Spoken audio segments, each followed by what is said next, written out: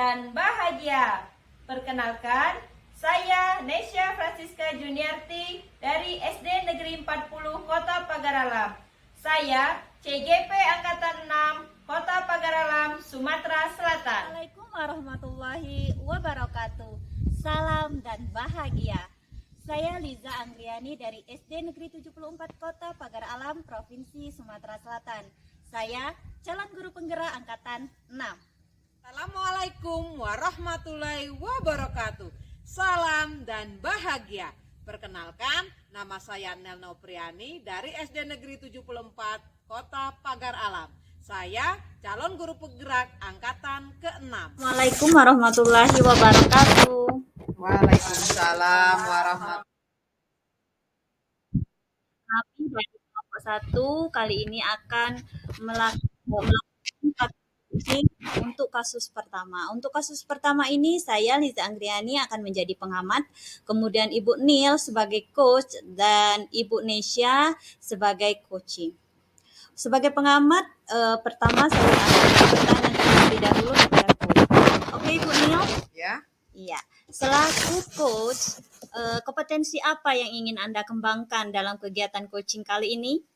Ya, kompetensi yang ingin saya capai, saya ingin hadir sepenuhnya dan menjadi pengamat yang aktif.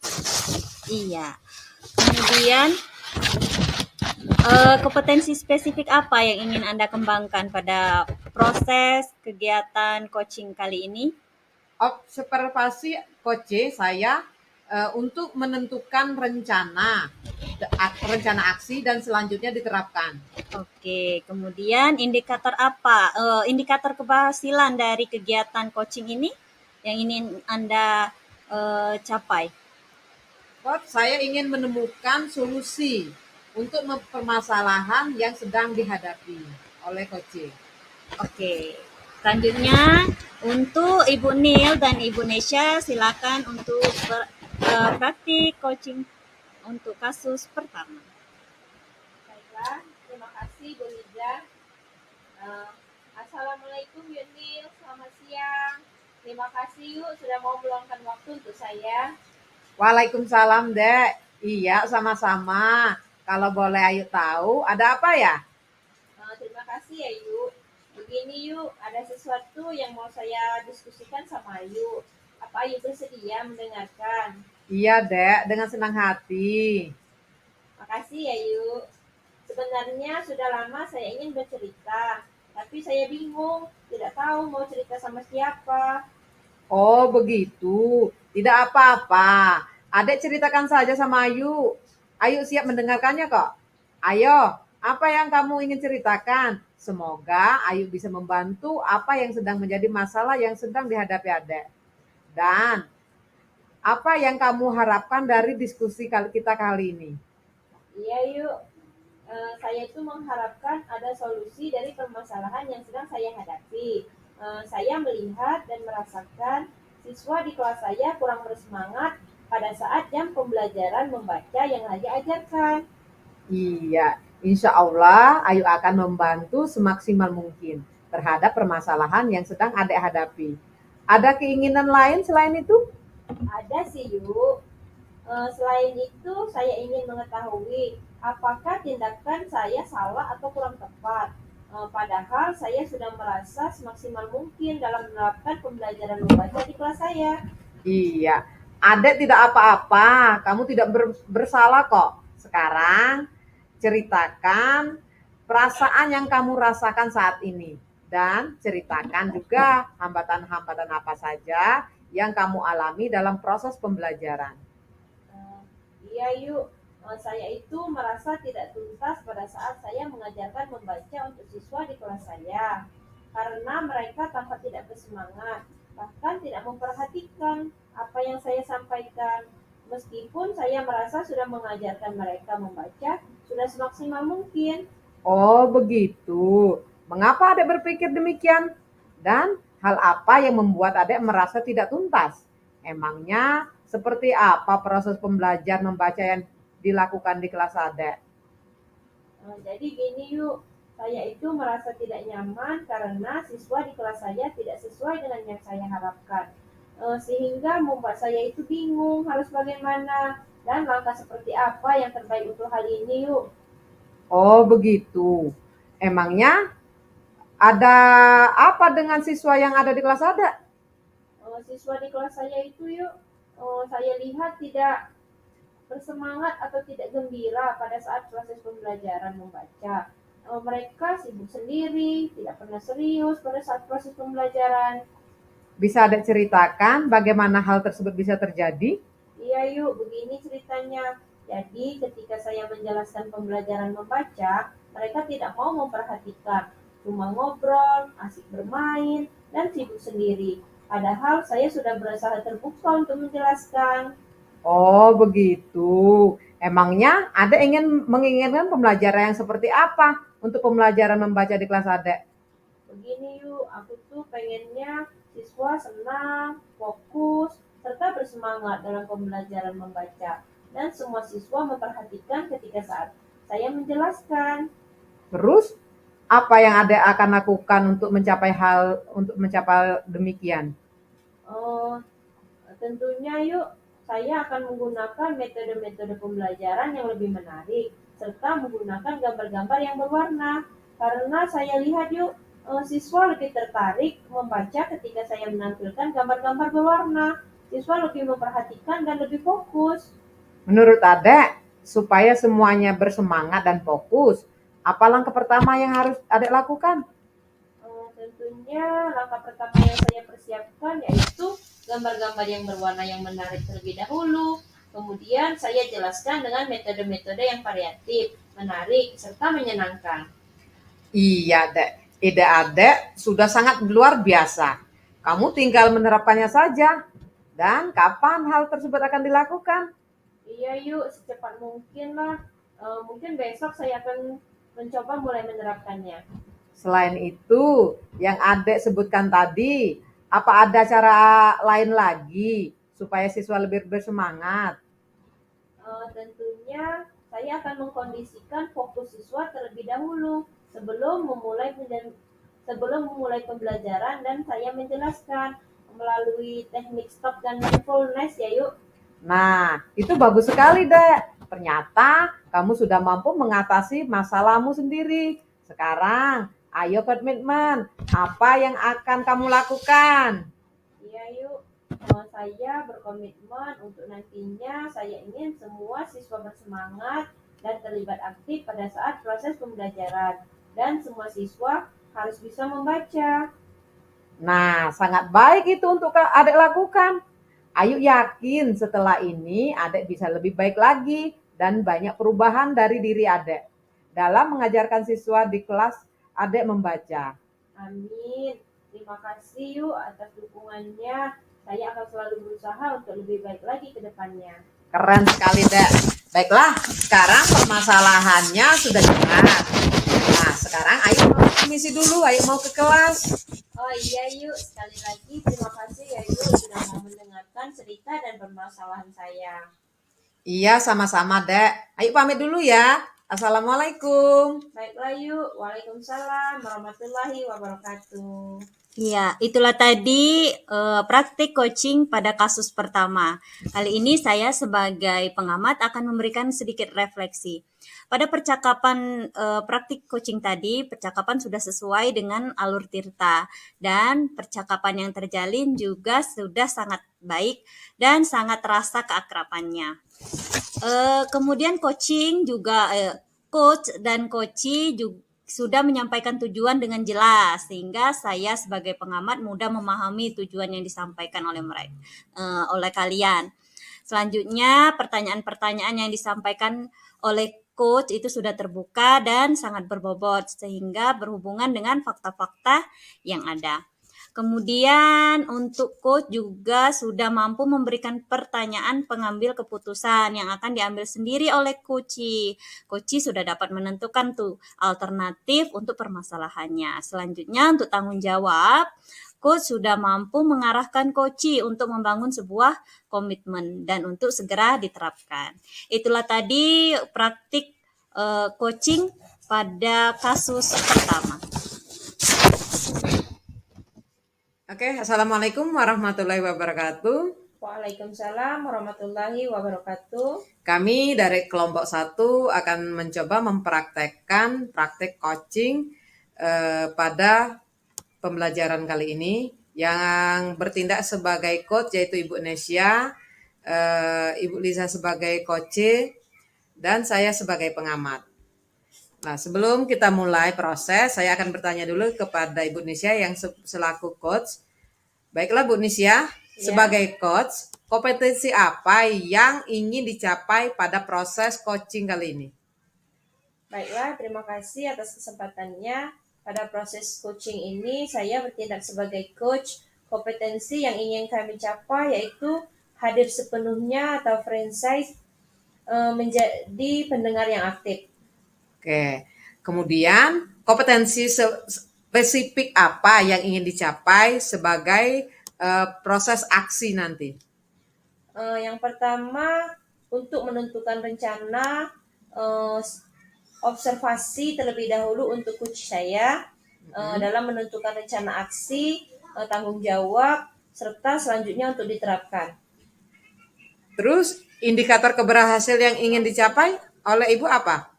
Tentunya indikator yang pertama yang ingin dicapai, coach saya menentukan atau mendapatkan solusi dari permasalahan yang sedang ia hadapi. Oke.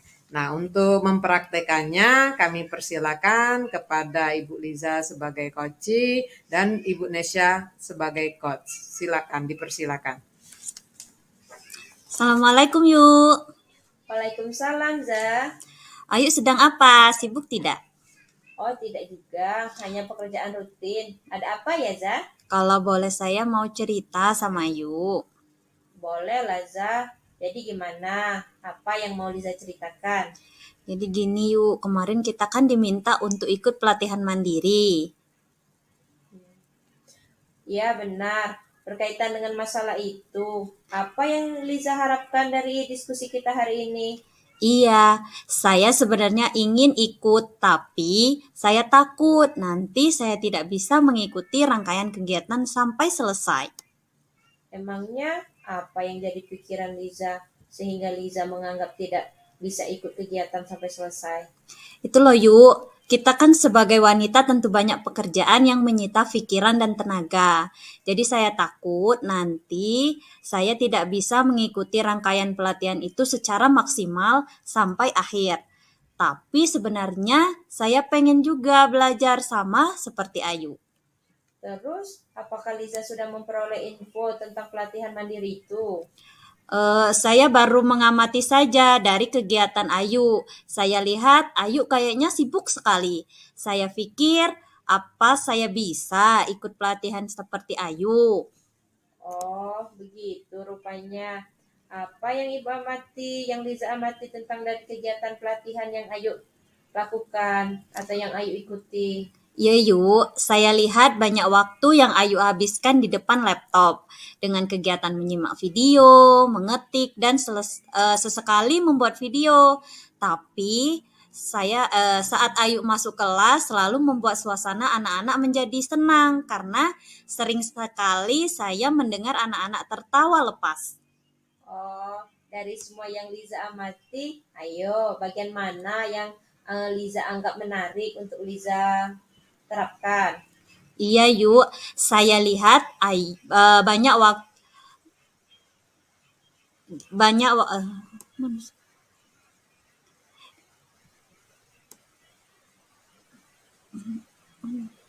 yaitu saat Ayu masuk kelas dan membuat suasana kelas menjadi menyenangkan. Saya kan juga ingin kelas saya seperti kelas Ayu. Begini, Liza, sebenarnya Liza sudah menjadi pengamat yang baik. Setiap kegiatan Ayu itu sudah menunjukkan jika Liza sudah ada keinginan untuk belajar, dan itu sangat bagus untuk tahapan awal. Dan untuk perasaan takut, bukannya setiap manusia juga memiliki rasa itu. Iya yuk ya, mungkin juga. Terus, kira-kira apa yang Liza lakukan untuk menghadapi pikiran-pikiran yang seperti itu? Ya, saya inginnya ikut pelatihan mandiri. Siap-siap untuk mengatur waktu dengan berbagai kegiatan. Tapi sebelumnya saya akan mencari informasi tentang pelatihan itu agar bisa mempersiapkannya terlebih dahulu. Iya, informasi dan perangkat untuk mengikuti pelatihan juga sangat penting dipersiapkan agar pelatihan yang akan Liza ikuti juga berjalan lancar. Ya, maksud saya juga seperti itu, yuk. Nah, solusi lain sekiranya di saat mengikuti pelatihan, Liza merasa mau menyerah. Ayo. Bagaimana ya, yuk? Pasti sangat sayang kalau mau mundur di tengah kegiatan yang sudah berjalan. Apa saya juga harus mengajak teman lain untuk ikut bersama-sama mengikuti pelatihan. Tapi yang pastinya saya harus banyak belajar dulu cara mengerjakan tugas dan mengikuti pelatihan agar nanti tidak keteteran. Nah, itu kan Liza sudah bisa. Liza harus mempersiapkan diri agar nanti saat mengikuti pelatihan bisa mengikuti semua rangkaian kegiatan sampai akhir. Iya yuk, saya akan mempersiapkan perangkat, belajar aplikasi video, dan mencari informasi tentang pelatihan itu. Nah, sekarang kita susun komitmen yuk. Kira-kira kapan Liza akan mengikuti pelatihannya? Saya tunggu teman untuk ikut Bella yuk. Nanti kalau teman-temannya juga menunggu Liza gimana? Iya sih, berarti baiknya saya secepatnya melakukan persiapan. Mungkin sebaiknya begitu, Za. Berarti saya akan melakukan persiapan perangkat, akun, dan informasi tentang pelatihan mandiri. Nanti saat pelatihan mandiri saya apabila mengalami kesulitan, saya akan belajar sama Ayu ya, agar tugas dalam pelatihan mandiri bisa saya kerjakan dan semua rangkaian kegiatan bisa saya ikuti. Pokoknya saya akan berusaha belajar agar saya bisa menjadi guru yang menjadikan suasana kelas menarik semenarik mungkin. Terkadang memang begitu, jika kita menginginkan sesuatu itu yang lebih kita harus berkorban terlebih dahulu. Kita tidak bisa banyak menerima dan diam saja di zona aman kita. Semangat ya Liza, membawa. Jadi kapan Liza mau mengikuti pelatihan mandirinya? Kapan ya yuk? Menurut Ayu kapan? Secepatnya agar semangat dan tekad Liza yang membara itu tidak pudar. Ya yuk, besok saya akan mengikuti pelatihan. Sekarang saya akan melakukan persiapan dahulu. Persiapan akun dan perangkat saya. Terima kasih banyak ya untuk waktunya yuk. Ya Za, sama-sama. Semoga Liza bisa ya mengikuti rangkaian pelatihan mandiri dengan semangat dan tekad yang kuat. Dan bisa mengikuti rangkaian pelatihannya sampai selesai. Amin, terima kasih yuk. Kalau begitu saya permisi ya. Iya Za, sukses selalu untuk Liza. Oke. Nah, itulah tadi proses coaching yang telah dilakukan. Saya akan merefleksikan dari proses tersebut. Yang pertama, percakapan sudah sesuai dengan alur Tirta dan percakapan sudah terjalin dengan baik dan sangat terasa keakrabannya. Selanjutnya, coach dan coaching sudah menyampaikan tujuan secara jelas sehingga saya mudah untuk memahami tujuan yang disampaikan. Kemudian, identifikasi pertanyaan-pertanyaan yang disampaikan sudah terbuka dan berbobot dan sudah dihubungkan dengan fakta-fakta yang ada. Selanjutnya, rencana aksi, coach sudah mampu memberikan pertanyaan pengambilan keputusan yang akan diambil sendiri oleh coach. Coach sudah dapat menentukan alternatif untuk permasalahan yang ada. Selanjutnya tanggung jawab. Coach sudah mampu mengarahkan coach untuk mengembangkan sebuah komitmen untuk segera diterapkan. Nah, demikianlah penerapan coaching pada kasus yang kedua. Terima kasih. Wassalamualaikum warahmatullahi wabarakatuh. Assalamualaikum warahmatullahi wabarakatuh. Waalaikumsalam warahmatullahi wabarakatuh. Di sini kami kelompok 1 akan mempraktikkan praktik coaching pada kasus yang ketiga. Di sini saya, Nesya Francisca Juniarti, bertindak sebagai pengamat, Ibu Liza Anggraini sebagai coach, dan Ibu Nil Nupriani sebagai coaching. Baiklah, sebelum kami mempraktikkan praktik coaching ini, Terlebih dahulu saya akan menanyakan beberapa hal kepada Ibu Liza sebagai coach. Baiklah Ibu Liza, sebagai coach, kompetensi apa yang ingin dicapai pada saat proses coaching ini? Iya, saya sebagai coach, saya ingin kompetensi yang ingin saya capai yaitu hadir sepenuhnya untuk coach saya, kemudian menjadi pendengar yang aktif dan mengajukan pertanyaan yang mengarahkan coach untuk mencari alternatif ke jalan permasalahan yang ia hadapi. Ya, baiklah. Yang kedua, kompetensi yang lebih spesifik apa yang ingin dicapai oleh Ibu Liza sebagai coach? Iya, kompetensi yang ingin dicapai spesifiknya yaitu kompetensi observasi. Nah, saya mengobservasi coach saya agar bisa menentukan rencana aksi yang akan selanjutnya diterapkan. Baiklah, untuk yang ketiga, indikator keberhasilan atau indikator yang ingin dicapai pada proses coaching ini. Sebagai coach, saya ingin coach saya menemukan solusi untuk permasalahan yang sedang ia hadapi. Baiklah, sekarang saya persilahkan untuk Ibu Nil dan bersama Coach Ibu Liza memulai praktik coaching. Oke, terima kasih. Kita akan mulai. Assalamualaikum Yuk Nil. Waalaikumsalam, Za. Kemarin Ayu mengatakan ada hal yang ingin Ayu diskusikan dengan saya ya. Iya, Za. Ada yang mau Ayu ceritakan sama Liza. Iya. Ini anak-anak kan sudah pulang, berarti kita bisa ngobrol sekarang. Ayu sibuk tidak? Iya, Za. Kerjaan Ayu juga kebetulan sudah selesai. Terima kasih atas waktunya ya, Za. Ya, nggak masalah. Sebenarnya ada apa? Apa yang ingin Ayu bicarakan dengan saya? Kemarin Ayu itu disupervisi oleh guru senior. Saat Ayu mengajar terus, kayaknya ada yang salah dalam proses itu, Za. Oh, begitu. Berkaitan dengan masalah itu, apa yang Ayu harapkan dari diskusi kita hari ini? Iya, Za. Ayu pengen ketidaknyamanan di hati Ayu tentang masalah yang Ayu kemarin ada solusinya. Jadi, Ayu berharap bisa kasih Ayu masukan. Begitu, Za.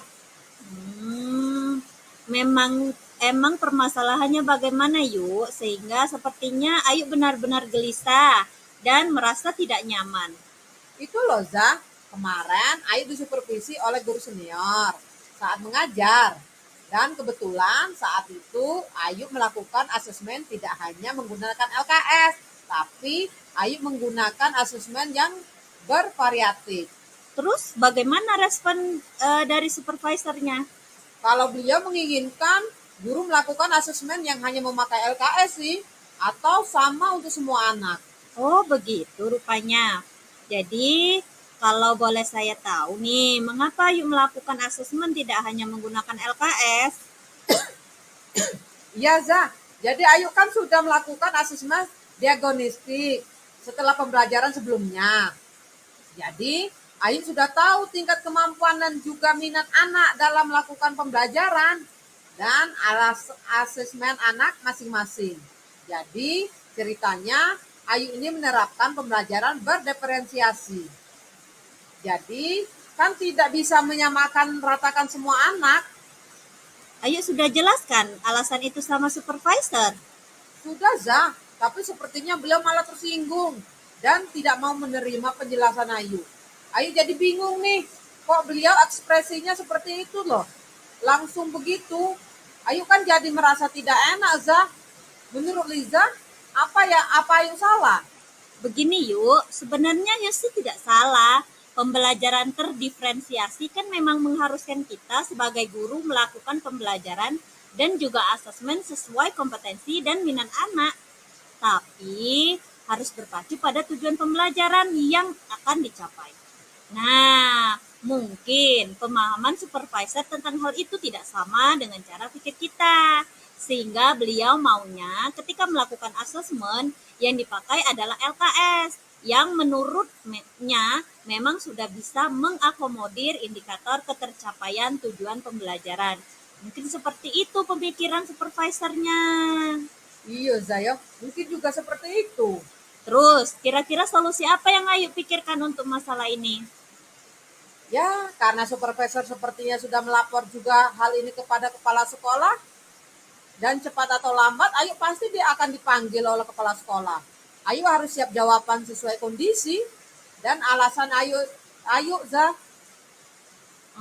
Kepala sekolah juga harus tahu loh alasan Ayu dalam hal ini. Dia tidak hanya menelaah laporan dari satu pihak saja. Ya, maksud Ayu juga seperti itu sih, Zah. Kemudian solusi lain, sekiranya alasan itu nanti tidak diterima oleh kepala sekolah. Bagaimana ya, Zah? Apa Ayu harus meminta maaf pada supervisor dan melakukan asesmen sesuai yang beliau inginkan? Nah, itu Ayu harus siapkan solusi alternatif. Sekiranya alasan pertama tidak diterima dan bisa jadi masalah malah memperuncing suasana ini. Kan bagaimana ya, Zaya? Apa Ayu harus minta maaf? Kan pada rencana pertama dulu, sekiranya itu tidak berhasil dan tidak menyelesaikan permasalahan di antara Ayu dan supervisor atau ibu kepala sekolah tidak terima, maka Ayu pasti akan merencanakan rencana yang kedua, Ziza. Nah, benar sekali Yuk. Sebab menurut saya ini memang harus diselesaikan sehingga Ayu bisa kembali merasa nyaman dalam bekerja. Iya, Ziza. Ayu tidak ingin masalah ini berlarut-larut dan membebani Ayu. Nah, sekarang kita susun komitmen nih. Kira-kira kapan Ayu akan menindaklanjuti masalah ini? Ayu nunggu dipanggil kepala sekolah aja, Ziza. Menurut saya sebaiknya Ayu tidak usah menunggu dipanggil kepala sekolah supaya ketidaknyamanan Ayu tidak berlarut-larut. Iya sih. Berarti baiknya Ayu menghadap kepala sekolah aja ya, Zaya. Untuk tidak menunggu dipanggil. Mungkin sebaiknya begitu Yuk. Berarti Ayu akan menghadap kepala sekolah dan menceritakan kronologi persoalan yang ada di antara Ayu dan ibu supervisor. Ayu juga akan bercerita alasan Ayu tidak memakai LKS. Nanti kalau kepala sekolah juga tidak menerima alasan Ayu dan menilai yang Ayu lakukan memang salah, ya berarti Ayu harus meminta maaf dan merubah gaya asesmen Ayu. Karena kalau kepala sekolah juga menganggap itu sebagai kesalahan, mungkin Ayu memang salah. Jadi Ayu yang harus memperbaiki diri. Terkadang memang sesuatu yang menurut kita tepat belum tentu baik menurut ukuran orang lain. Ayu bijaksana sekali. Jadi, kapan Ayu akan menghadap kepala sekolah? Kapan ya, Zah? Menurut Liza kapan? Secepatnya, biar Ayu segera tenang dan masalah juga terselesaikan. Ya, Zah. Memang demikian sebaiknya. Besok selesai mengajar, Ayu akan menghadap kepala sekolah untuk menyelesaikan masalah ini. Terima kasih ya, Zah.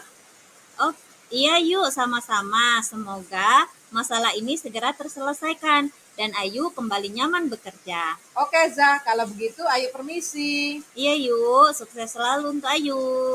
Terima kasih. Assalamualaikum. Waalaikumsalam. Baiklah, tadi itulah praktik coaching pada kasus yang ketiga telah selesai. Jadi di sini saya mengamati untuk refleksi dari kasus yang ketiga ini. Untuk percakapan saya perhatikan sudah sesuai dengan alur, yaitu alur cerita. Dan percakapan sudah terjalin dengan baik dan sangat terasa sekali keakrabannya antara rekan sejawat yang sangat solid ya. Terus baik coach maupun coachee sudah menyampaikan tujuannya secara jelas, sehingga saya sebagai pengamat sudah memahami tujuan yang disampaikan. Untuk identifikasi pertanyaan-pertanyaan yang disampaikan sudah sangat bagus dan sudah sangat terbuka dan berbobot dan sudah menghubungkan dengan fakta-fakta yang ada.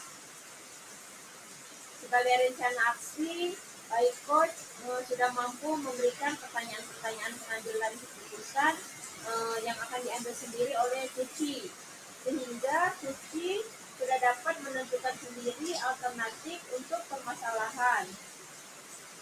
Dan untuk tanggung jawab, coach sudah mampu mengarahkan Cucinya untuk membangun sebuah komitmen dengan penuh rasa tanggung jawab dan untuk segera diterapkan. Baiklah, itulah tadi refleksi dari saya sebagai pengamat. Terima kasih. Wassalamualaikum warahmatullahi wabarakatuh. Waalaikumsalam warahmatullahi wabarakatuh.